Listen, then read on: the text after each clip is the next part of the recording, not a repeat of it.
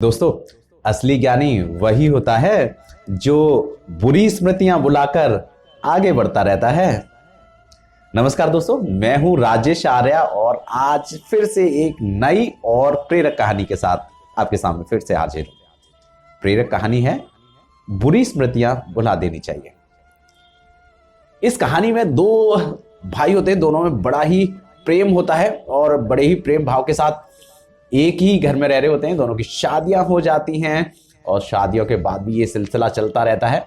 दोनों ही बड़े अच्छे विचारों के साथ एक दूसरे को पूछते रहे। दोनों बड़े हो गए, बच्चे हो गए, बच्चे भी बड़े होने लग गए। ये प्रेम आप लोगों में उनकी मिसाल कही जाती थी कि दोनों भाई इतने अच्छे हैं, कभी एक दूसरे से लड़ते नहीं, झगड़ते नहीं, दोनों में बड़ा प्रेम भाव है, एक दूसरे को पूछते हैं और ये सिलसिला चले जा रहा था। एक दिन अचानक दोनों में कहासुनी होती है।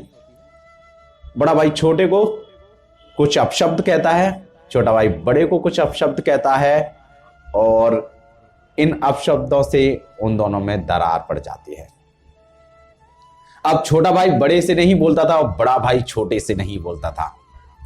अब ये सिलसिला भी आगे बढ़ने लग गया था। लोग बोलने लगे थे कि ऐसा क्या हो गया जो एक दूसरे से बातें नहीं करते हैं, एक दूसरे की चीजों में शामिल नहीं रहते हैं। लेकिन उन दोनों की मन की बात थी, वो किसी को बता भी नहीं रहे थे, लेकिन एक दूसरे के बिल्कुल खिलाफ हो गए थे। अब छोटे भाई की बेटी की शादी होनी थी, शादी तय हो गई थी, शादी की तैयारियां करनी थी, लेकिन उसे लगा कि बड़ा भाई नहीं होगा तो बेटी की शादी मैं कैसे करूंगा और बड़े भाई को अगर नहीं पूछूंगा तो मुझे बहुत बुरा लगेगा। उसका मन पिघल गया था, विचार बदल गए थे। तो ऐसे में सोचा कि चलो बड़ा भाई है, मैं ही गलती मान लेता हूं और उसको मना लेता हूं। तो ऐसे में वो बड़े भाई के पास जाता है, उसके घर जाता है और दरवाजा खटखटाता है। बड़ा भाई गेट खोलता है, लेकिन एक दूसरे को देख रहे होते हैं, वो कुछ नहीं कहता। वो उसके पीछे पीछे अंदर चला जाता है, वो उसको बुलाता भी नहीं है, फिर भी जाता है, कहता है कि भाई मुझे माफ कर दीजिए, मुझसे कुछ गलतियां हुई, मैंने आपको अपशब्द कहा, लेकिन अब मैं आपसे पैर पकड़ के माफी मांग रहा हूं। अब मेरी बिटिया की शादी है, आप आके काम संभालिए। आप बड़े हैं, आप उसके बड़े पापा हैं, आपको ही जिम्मेवारी लेनी पड़ेगी। बहुत माफी मांगने के बाद भी बड़े भाई का दिल नहीं पिघलता है। उसे लगता है कि अब इसकी बेटी की शादी है, इसीलिए ये मेरे पास आया है, और उन बातों को न भुलाकर, उसे न क्षमा करके उसे जाने के लिए कहता है। और बेचारा छोटा भाई वापस आ जाता है, बड़ा दुखी होता है, परेशान होता है, समझ नहीं आ रहा होता क्या करूं, क्योंकि वो चाहता था कि उसका बड़ा भाई जो हर काम में उसके साथ खड़ा रहा है, आज भी इस काम में साथ खड़ा हो। अब ऐसे में वो विचार करता है क्या किया जाए, क्या किया जाए। तभी उसे एक विचार आता है कि बड़ा भाई एक संत के पास जाता है, क्यों ना उन संत बाबा के सत्संग में जाकर उनसे बात की जाए, वो शायद बड़े भाई को समझाएं जब वो सत्संग में जाए। ऐसे में अगले दिन वो संत महात्मा जी के पास पहुंचते हैं और उनको कहता है कि मेरा बड़ा भाई है जो आपके पास आता है, आपके प्रवचन सुनता है, आपकी बहुत तारीफ करता था, मेरी अब उससे कोई बात नहीं हो रही है, कुछ हमारे बीच अपशब्द हुए थे, उन्होंने मुझे बोले थे, मैंने उनको बोले थे, लेकिन अब मैं क्षमा मांगता हूं तो वो मुझे माफ नहीं कर रहा। वो उन बातों को लेके बैठा हुआ है। ऐसे में संत ने कहा कि बेटा आप जाओ, मैं कल जब आपका भाई आएगा तो उससे बात करूंगा। तो नेक्स्ट समय पे जब संत जी के पास उसका बड़ा भाई पहुंचता है तो वो उसको समझाते हैं कि तुम्हारे छोटे भाई की शादी है, तुम उसमें शामिल नहीं हो रहे। तो वो कहता है कि महात्मा जी, मेरे भाई ने 2 साल पहले मुझसे कुछ कटु वचन कहे थे, अपशब्द कहे थे, जिनकी वजह से मैं उसमें शामिल नहीं हो रहा हूं, मैं उसको अब पसंद नहीं करता हूं, मुझे वो वचन अभी भी चुभते हैं। संत महात्मा मुस्कुराए, बोले कोई बात नहीं, अभी सत्संग सुनो, सत्संग खत्म होने के बाद मुझसे मिलकर जरूर जाना। अब सत्संग खत्म हो जाता है और वो बड़ा भाई महात्मा जी के पास पहुंचता है जब वो अकेले थे। वो कहते हैं ठीक हो? जवाब में आता है कि जी ठीक हूं। अब वो कहते हैं अच्छा चलो मुझे एक प्रश्न का जवाब दो, मैंने पिछले से पिछले रविवार को जो प्रवचन कहे थे उन वचनों का जो मतलब था वो क्या था? अब वो सोचता है, विचार करता है, लेकिन वो उसको याद नहीं आ पाता। वो कहता है कोई बात नहीं, थोड़ा समय ले लो, 5 मिनट और ले लो, सोचकर मुझे बताओ कि मैंने जो प्रवचन कहे थे, जो आपके अच्छाई के लिए थे, जो आपका भला करने के लिए थे, उनमें से जो बातें अच्छी थी वो मुझे बताओ। वो फिर से विचार करता है, लेकिन उसे वो कुछ भी नहीं याद आ रहा होता। वो कहते हैं क्षमा करें महाराज, मैं उन प्रवचनों में से जो अच्छे वचन आपने कहे थे उनको अभी नहीं सामने ला पा रहा हूं, अभी मुझे याद नहीं आ रहा है, लेकिन मैं आपको सोचकर आप मुझे थोड़ा और समय तक बता दें तो मैं आपको जरूर बता दूंगा।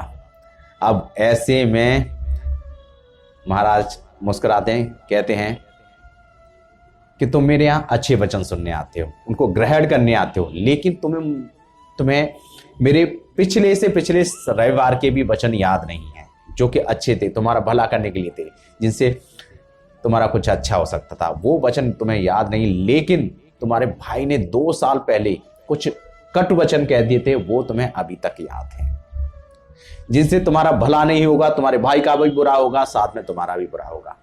तो बुरी बातों को ग्रहण करोगे तो अंदर से तुम भी बुरे बन जाओगे। अब उसके कटु वचन, उसकी गलतियां आपने अपने अंदर बिठा ली हैं। अब गलतियां चाहे उसकी हो चाहे किसी की भी हो, लेकिन वो अब आपके अंदर समा चुकी हैं। इसका मतलब कहीं ना कहीं आपने अपने आप को उन गलतियों से ग्रसित कर लिया है, अर्थात तुम्हें वो गलतियां, वो कटु वचन, वो बुरी बातें भुलानी होगी।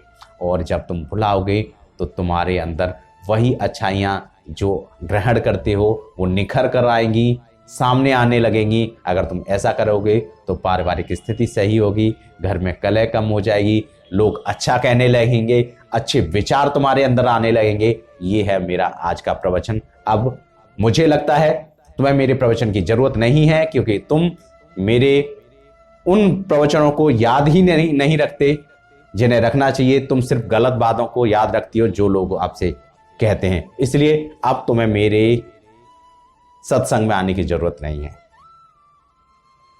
ऐसा सुनते ही वो बड़ा भाई बहुत टेंशन में आ जाता है। उसे लगता है कि मैं कितनी बड़ी गलती कर रहा था कि मैं अच्छे वचनों को, अच्छी बातों को जो मेरे भाई के अंदर अच्छी हैं उनको नहीं याद कर पा रहा हूं, सत्संग में मुझे बताई जाती हैं वो नहीं याद कर पा रहा हूं। मैंने कुछ बातें 1 2 3 याद करके जो कि बुरी थी अपने आप को बुरा बना लिया और मैं अपनों से बिछड़ गया। अपनों को बनाया ऊपर वालों ने और मैंने उन्हीं अपनों को सिर्फ कुछ बातों के पीछे गवा दिया। अब मुझे बिल्कुल गलती का एहसास है। मैं महात्मा जी आपसे बिल्कुल गलती मानता हूं। मैं घर जाकर अपने छोटे भाई से माफी मांगूंगा, मैं उसके साथ शामिल होऊंगा और हम पहले जैसे हो जाएंगे। बस मुझे क्षमा कीजिए और मुझे अपनी गलती का एहसास है। महात्मा जी मुस्कुराते हैं कि ये मेरा ज्ञान था, तुम जैसे हो वैसे रहो, अच्छाइयां अपनाओ, घर जाओ, खुश रहो और दूसरों को भी खुश रखो। दोस्तों, ये थी प्रेरक कहानी जिसमें आपने जाना कि दूसरों की बुराइयों को मत लेके बैठो, क्योंकि वो बुराइयां अगर आपने उससे पकड़ ली हैं, उसकी कमियां, उसकी गालियां, उसकी बुरी बातें, उसके कटु वचन, तो कहीं ना कहीं वो आपके अंदर समा गए हैं और कम से कम वो व्यक्ति तो आपसे दूर हो ही गया है जिसके बारे में ऐसी बातें आपने अंदर रखी हैं। अर्थात जो रिश्ते भगवान ने, खुदा ने, आपके गॉड ने बनाए थे वो अपने आप ही आपने तोड़े हैं।